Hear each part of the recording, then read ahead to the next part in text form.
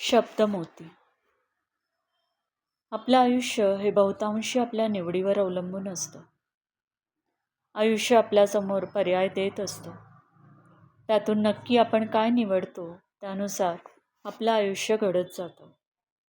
पर्याय हे आपण नक्की आपल्याला काय हवंय किंवा कसं आयुष्य जगायचंय त्यानुसार केलेल्या निवडीवर आपल्यासमोर येतात.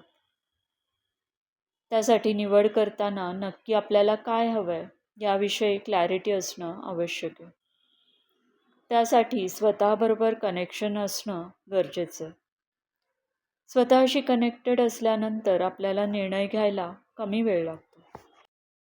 एखाद्या वेळी आपल्यासमोर जे पर्याय येतात ते आपल्या मनाला न पटणारे असतील तर आपण कुठेतरी चुकून नको असलेल्या मार्गाची निवड केलेली असते.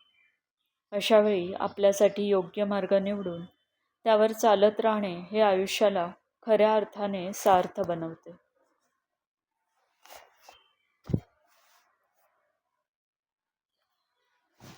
आपण जिथे आहोत म्हणजे ज्या सर्कलमध्ये, ज्या माणसांमध्ये, तिथे आपण समाधानी आहोत का?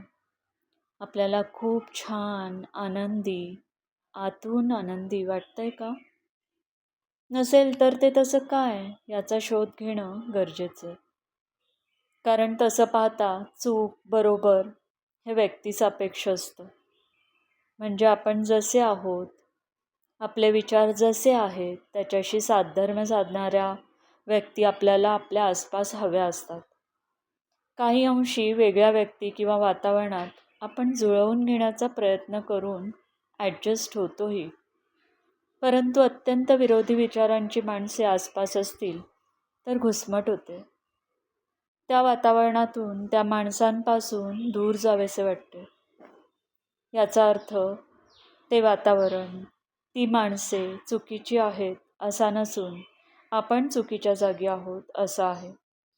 कारण आपण जिथे आतून समाधानी असू असं वातावरण आसपास असणं, जिथे आपण खूप वेगळे वाटणार नाही किंवा जाणवणार नाही. मानसिक पातळीवर साधर्म्य साधणाऱ्या व्यक्तींचा समूह असेल असे वातावरण आपल्याला आत्मिक समाधान तर देतेच, पण आपण बरोबर आहोत आणि आपण सर्वांना हवे आहोत ही भावना जागृतावस्थेत असते. हे मानवी जीवन जगणे सुसह्य करणारे असते. माणसे चुकीची किंवा बरोबर असं काही नसतं, कारण चूक बरोबर हा दृष्टिकोनाचा भाग आहे. एखाद्याला जे बरोबर वाटते ते दुसऱ्याला चूक आणि एखाद्याला जे चूक वाटतं ते दुसऱ्याला बरोबर वाटूच शकतं.